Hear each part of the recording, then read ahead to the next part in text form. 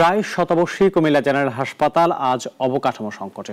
রোগীর ঢল সামলাতে এক কক্ষে চলছে 4টি বিভাগের চিকিৎসা কার্যক্রম। বহির্বিভাগে গাদাগাদি করে রোগী দেখতে হচ্ছে 9 চিকিৎসককে। আবুল কালাম রুবেলের রিপোর্টে জানাচ্ছেন শাশ্বতী সরকার। 1845 সালে ইস্ট ইন্ডিয়া কোম্পানির প্রতিষ্ঠিত কুমিল্লা চ্যারিটেবল ডিসপেন্সারি এখন স্থানীয়দের অন্যতম ভরসার জায়গা। মাত্র 5 টাকার টিকিটে চিকিৎসা নিতে ভিড় করেন হাজার হাজার মানুষ। প্রতি বছরই বাড়ছে কুমিল্লা জেনারেল হাসপাতালের রোগীর সংখ্যা। স্বাধীনতার পর শয্যা সংখ্যা 100 করা হলেও চাপ সামলাতে হিমশিম খাচ্ছেন চিকিৎসকরা। চিকিৎসকের পাশাপাশি সংকট অবকাঠামোতেও। মেডিসিন বিভাগের 2 কক্ষে রোগী দেখছেন 9 জন বিশেষজ্ঞ।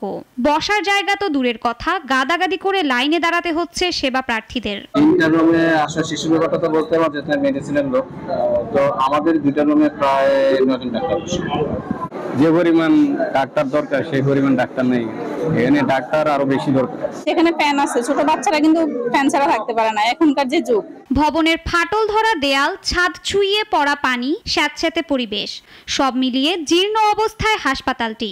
দ্রুতই সংস্কার ও সম্প্রসারণের দাবি কর্তৃপক্ষের। আমাদের যে স্থাপনা আছে বা আমাদের যে রিসোর্স আছে, আমরা সেবা এর চেয়ে বেশি দেওয়া বেশ কঠিন যদি আমরা স্থাপনা উন্নত না করি। আমাদের অনেক আউটডোর রুমে দেখবেন যে একসঙ্গে 2-3 জন ডাক্তার বসার কথা একজন। স্থাপনা সংকটের কারণে আমরা 2-3 জনে বসাচ্ছি। হাসপাতালটিকে 250 শয্যায় উন্নীত করতে জনবল চেয়ে প্রস্তাব পাঠানো হয়েছে বলে জানান জেলা সিভিল সার্জন। প্রতিদিন 1500 থেকে 2000 রোগী আউটডোরে আসছে এবং প্রতিনিয়ত প্রতি বছর রোগীর সংখ্যা প্রচুর বাড়ছে।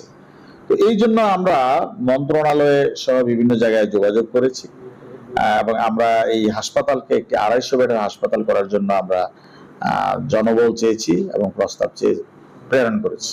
স্থানীয়দের ভরসার এই সরকারি হাসপাতালটি দ্রুতই সংস্কারের মাধ্যমে পুরোদমে ফিরবে চিকিৎসা সেবায়, এমনটাই আশা কুমিল্লাবাসীর। শাশ্বতী সরকার, নাগরিক।